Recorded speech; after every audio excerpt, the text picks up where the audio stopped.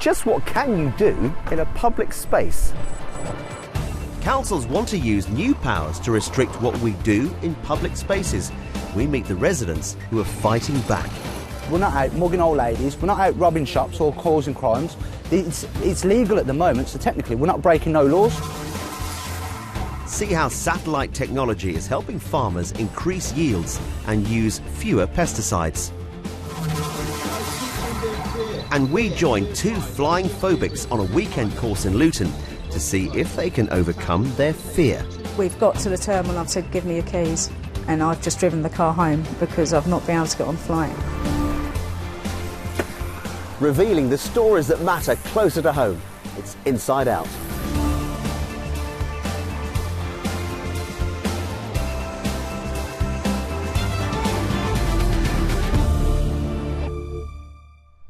Hello, welcome to Inside Out. I'm at the skate park in Kettering in Northamptonshire. Now, there are some people that believe that skateboarders shouldn't be skating on the streets and this is the place for them. And now the council is considering using new special powers which would mean certain things like skateboarding in public spaces could become a criminal offence. But the council has got a fight on its hands.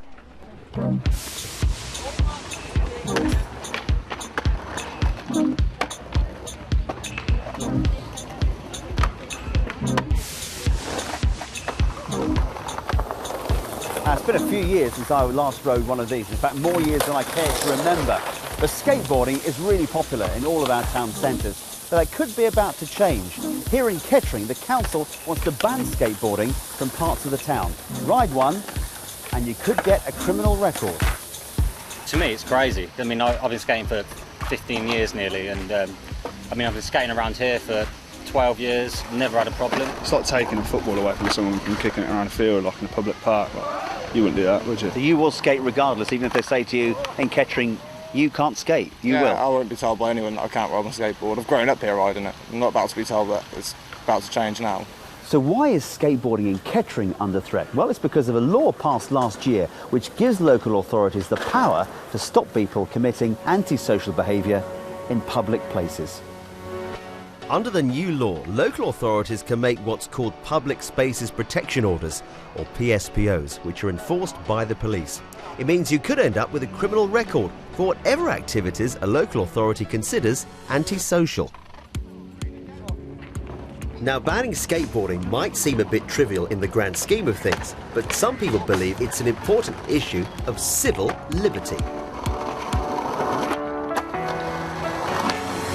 Well, these public spaces protection orders were brought into force last year, and they give local authorities the power to criminalise a completely unlimited range of activities on the basis that they're antisocial and that they have a detriment to the quality of life of people in the area.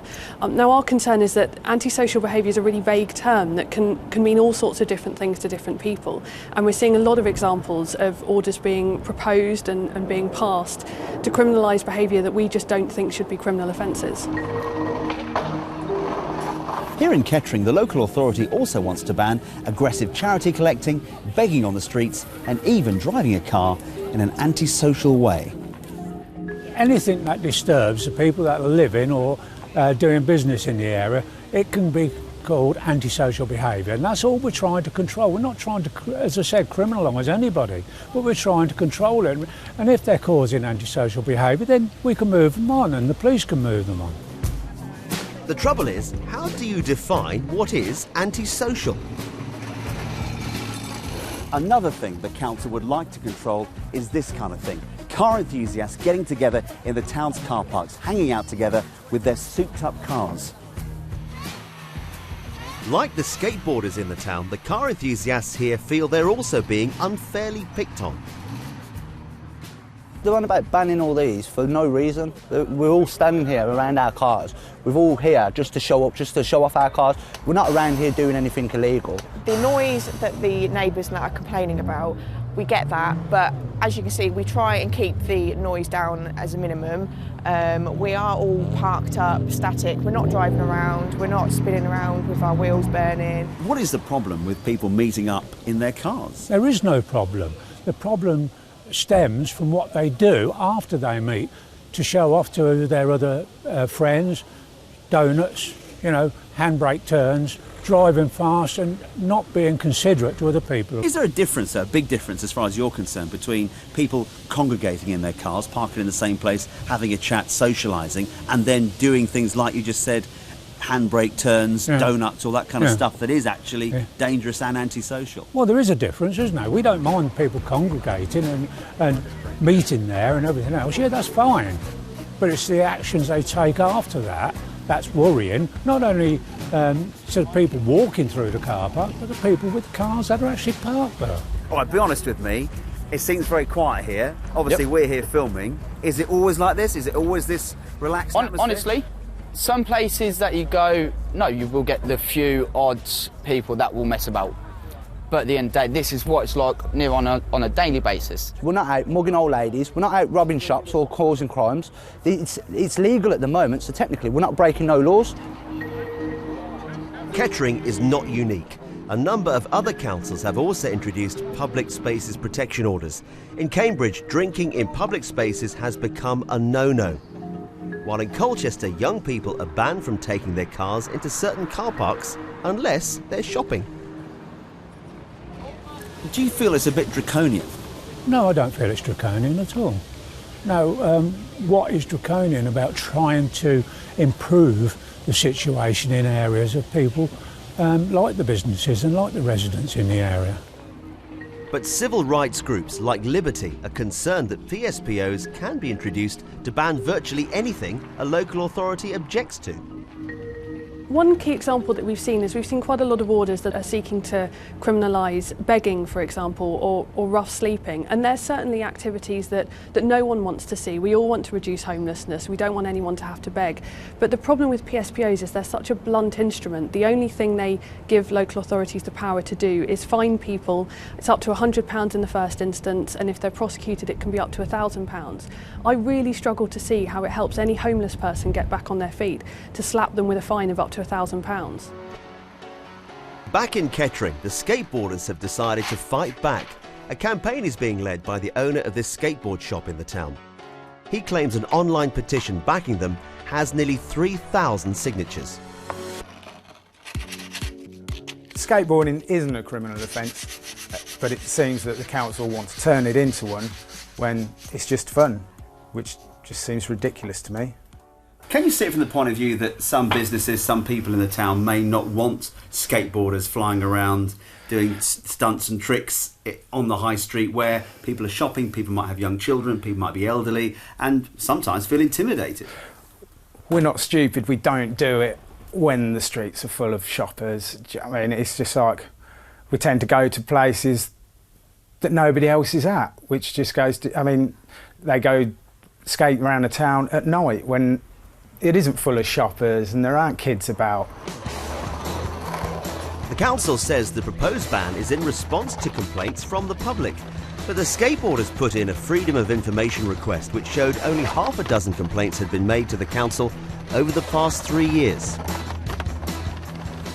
Now you say there have been a lot of complaints about skateboarders here in Kettering, but we know an FOI request went into the council and showed that official complaints, there's only about 6 complaints over the last 6 years. That's not a lot of complaints, is it? Yeah, that were the formal complaints that come in, but we had a lot of informal complaints coming into the council complaining about the skateboarders.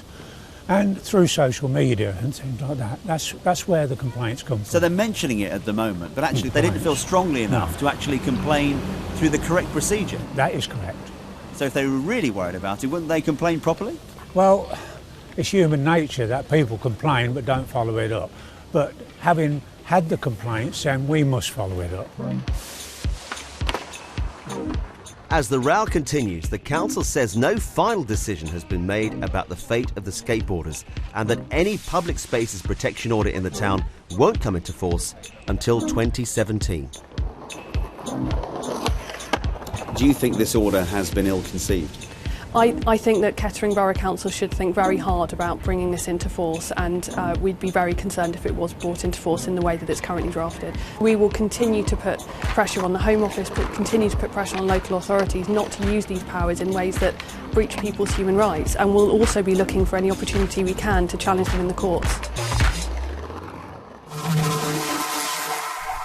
Well, if there's something you think we should be looking into here on the programme, get in touch with me on Twitter at David_InsideOut, and my email address is david.whiteley@bbc.co.uk. You're watching Inside Out here on BBC One.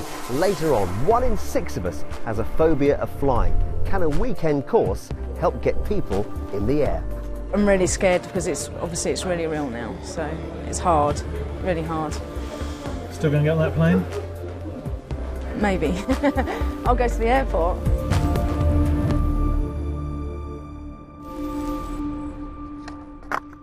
The population of the world is getting bigger, and growing enough food is a real challenge. We've tried pesticides, fertilisers and genetic modification, but now farmers are using smartphones to increase the amount of food they can grow. Emma Thomas finds out how it works. On this dairy farm, Peter Appleton has bought his herd some high-tech bling, bringing the great outdoors, well, a bit more indoors. In fact, at the touch of a button, Peter's able to keep an eye on these cows from the comfort of his office 400 metres away, and that's because each one is wearing a collar like this. The collar monitors the cow's movements and sends the data back to Peter's computer. So can you just explain to me, Peter, what does that actually mean? I can see a couple of peaks there. Well, this is just telling you that this cow has been really, really active over the last 24 hours. Unlike her mates that might be feeding, lying down, sleeping, she's been wandering around the barn all day looking for a mate to breed with. So when they're on heat, it's their activity, so they jump around a bit more? It's exactly that. Getting cows in calf is vital to a dairy farm's future. I dragged Peter outside for a bit to explain. If we don't get the cow in calf, then she doesn't produce any milk. With these cows, we want them to have a calf once every year to keep producing milk. So fertility is one of the key activities with any dairy herd.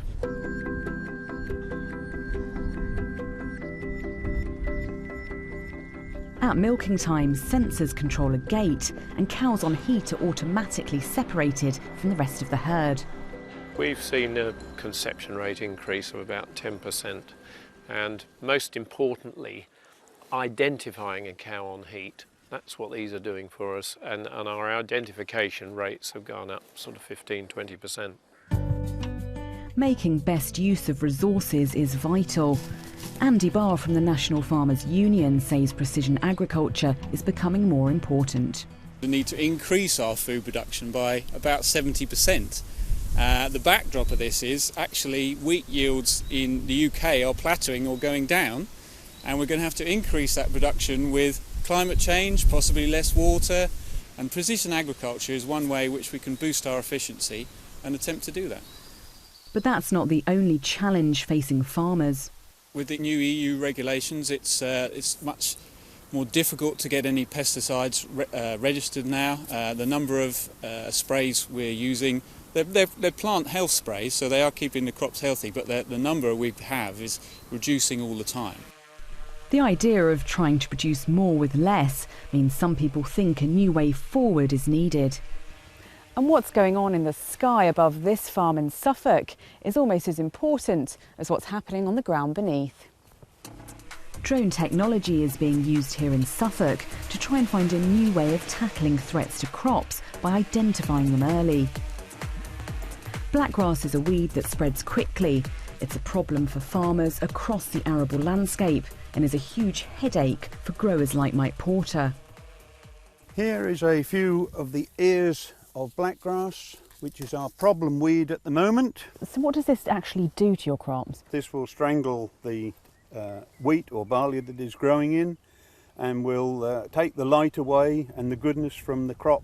If it is very, very bad, then your yield of wheat could be half of what you expect, and in some instances could be a total write-off, so you get no income at all that year.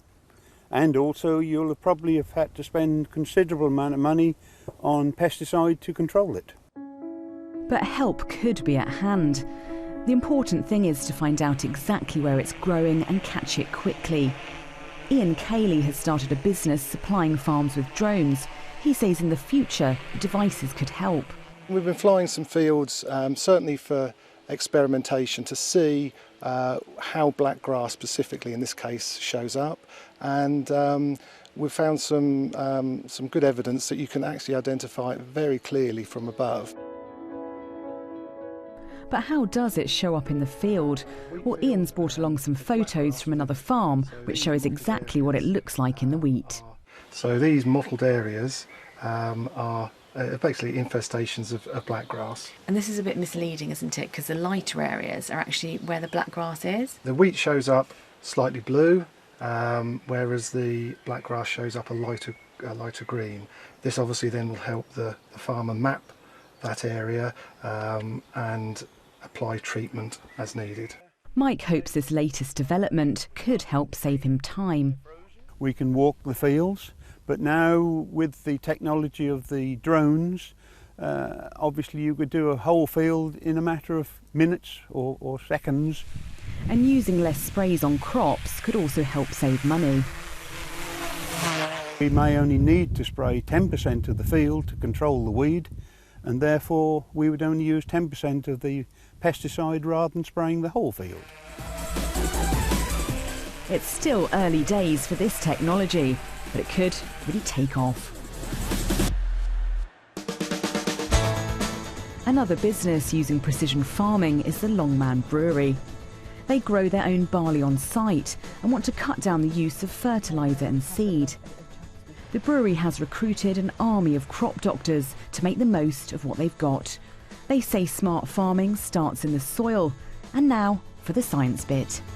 This machine sends an electronic current down through these electrode discs, and then it sends an electronic pulse through the soil. By sending an electric current into the ground, the machine is able to tell which bits of land share the same characteristics. Once a field has been carved up into sections, then it's time to dig a bit deeper.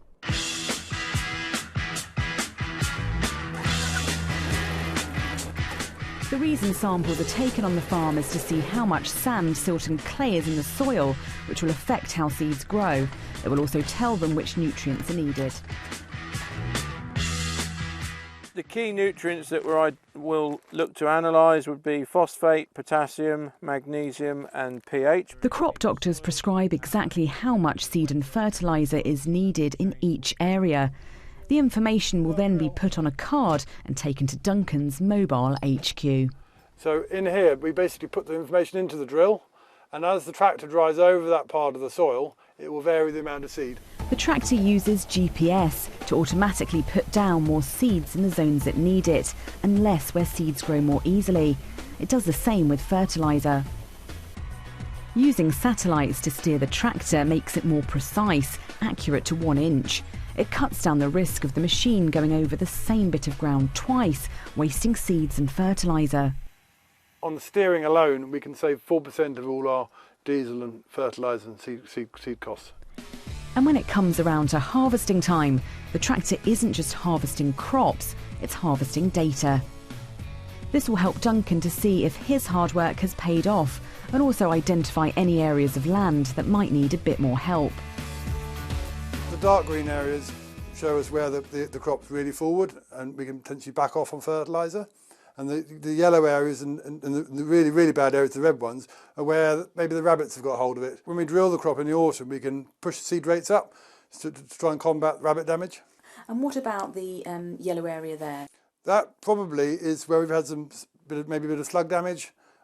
Slugs love eating winter wheat after oilseed rape, and we can just target those slugged areas.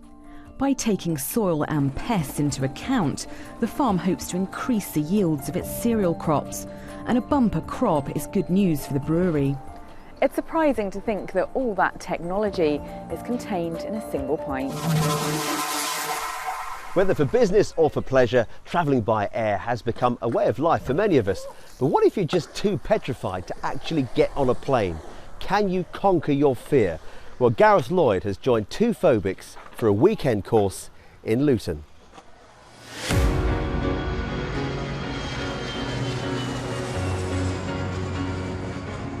Lisa lives under the flight path of London Luton Airport and has a real passion for flying machines, and yet is so terrified that she can't get on one. We're in the flying toilet, as it's well known in this house. It's full of flying memorabilia, and the thing I love the most is the Spitfire. We go to Duxford as regularly as we can, so we do go. I'm not scared of watching planes, it doesn't bother me. It's the getting on a plane is an issue. It's the one thing in my life that's always scared me. You know, I've been known to walk away from flights and drive my friend's car home. We've gone on holiday, or intended to go on holiday. We've got to the terminal and I've said, give me your keys. And I've just driven the car home because I've not been able to get on the flight. Lisa wants to move to Scotland, so needs to conquer her fear, especially if she wants to visit her family back home. She's not alone. Barry's phobia has become so bad, he's had to sell his holiday home in France. There are three areas in which I'm really worried: the takeoff, the flight and the landing. I've got an incentive because my son, for my 70th birthday last year, said, one of my presents to your dad is we're going on a day trip to Copenhagen. And I thought, well, we can't do that on a boat, he must mean by air. Yeah, lots of thrust. A bit exaggerated. We're not a rocket, and we're certainly not going to do that on your flight. But there I was going to say gently lower the nose, and it's at that point you may well, get that sort of lurching feeling in your stomach. So at this point, 1 in 6 of us has a fear of flying.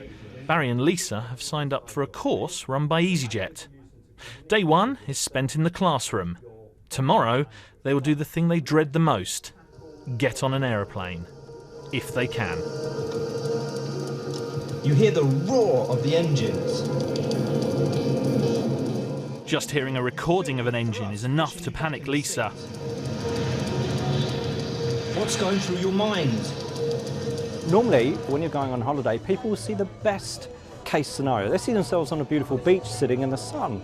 However, a phobic will always see the worst case scenario. So they'll see themselves on the plane exploding. Now obviously, if you're focusing and constantly seeing those negative images, you're going to create fear. first of all, engine failures are exceptionally rare.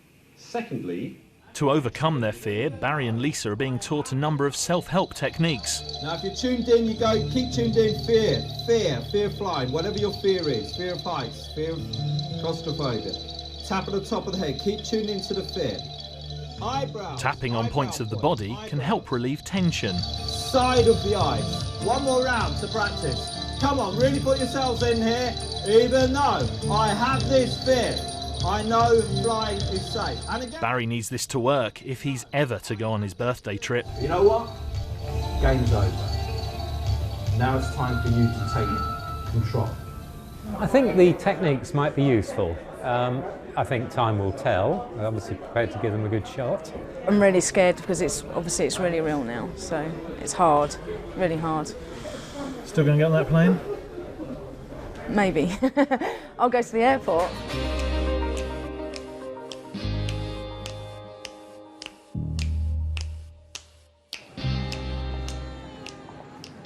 The next day, and their special flight is ready for boarding. After her serious doubts last night, Lisa is one of the first to arrive and feeling strangely confident. Last night I didn't feel as if it had worked, so I was really dubious. However, I slept really well last night. Got up this morning, was like, oh, okay, I'm going to get on a flight. The normal panicking didn't happen. The breathing didn't sort of start to get really fast, which it normally does, sort of throughout the day before I fly. Got here, I'm okay, I think. Barry has had a stressful morning though. He arrives moments before check-in closes. you didn't think we'd come, did you? And suddenly Lisa has to call on Lawrence for some last-minute help. So you can start to relax. So it's really important that you monitor your breathing. Okay, so if you feel yourself getting a little bit anxious, what I want you to do is to make sure that you're breathing from the belly and not from here. What are you doing to cope?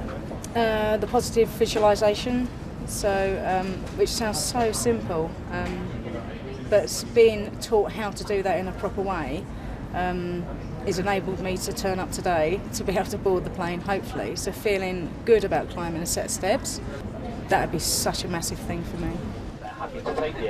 Today, Captain Richard Jones isn't in the cockpit flying the aeroplane, he's in the cabin, calming people's nerves by giving a running commentary of every decision the pilot makes. Or a certain speed, so you will hear the engines decrease in noise by quite a bit, but that's perfectly normal, okay? And of course, once we do start... As the engines roar for takeoff, the commentary helps, but Lisa has to work hard to put what she's learnt into practice. Lots of noise, lots of thrust, that's a good noise, guys, it's a good noise. That's going to accelerate us to our takeoff speed. So all is absolutely fine, everything is normal. Within seconds, our fearless flyers are in the air, and it's a relief for everyone. Guys, I think we need a round of applause because you've done it. Your fearless flyers were up in the air. Well done. You look, I've got to say, you look really relaxed. You really do. You know, would you normally kind of be on a plane and sort of be much more tense? I'd normally be shaking, and I don't think at this moment you're not shaking I'm not at too all. No. But isn't it great having the commentary running throughout the whole flight? Yeah. Because then you know all those noises are safe. You know all those little bumps and grinds, they're all safe. Yeah, you know, that's very important. Yeah. How are you doing? You're smiling. Look at you. It's all right, it's all right. Everyone else is smiling, it's all right. Well, not everybody, most people. And where do you want to go on holiday? Where do you actually want to go? I just want to be able to travel. I just want to be able to get in a plane. Where would be the first place? Glasgow.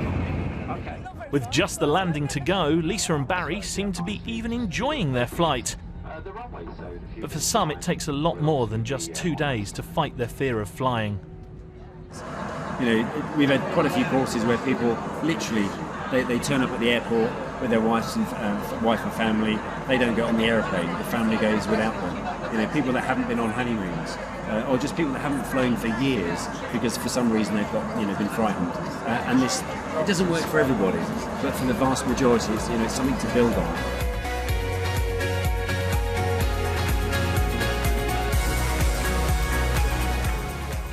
Lisa's feeling so calm, she gets her camera out for the landing. There we are. Nice little touchdown. So we can feel the retardation. The engine noise has gone up slightly. That's been reversed well. Give yourself another round of applause. Well done. And before they get back to the terminal, Lisa's keen to share the good news with her family. These are the first steps towards her new life in Scotland. Hello, lovely. How are you? I am. I'm surprisingly calm. Enjoyed it.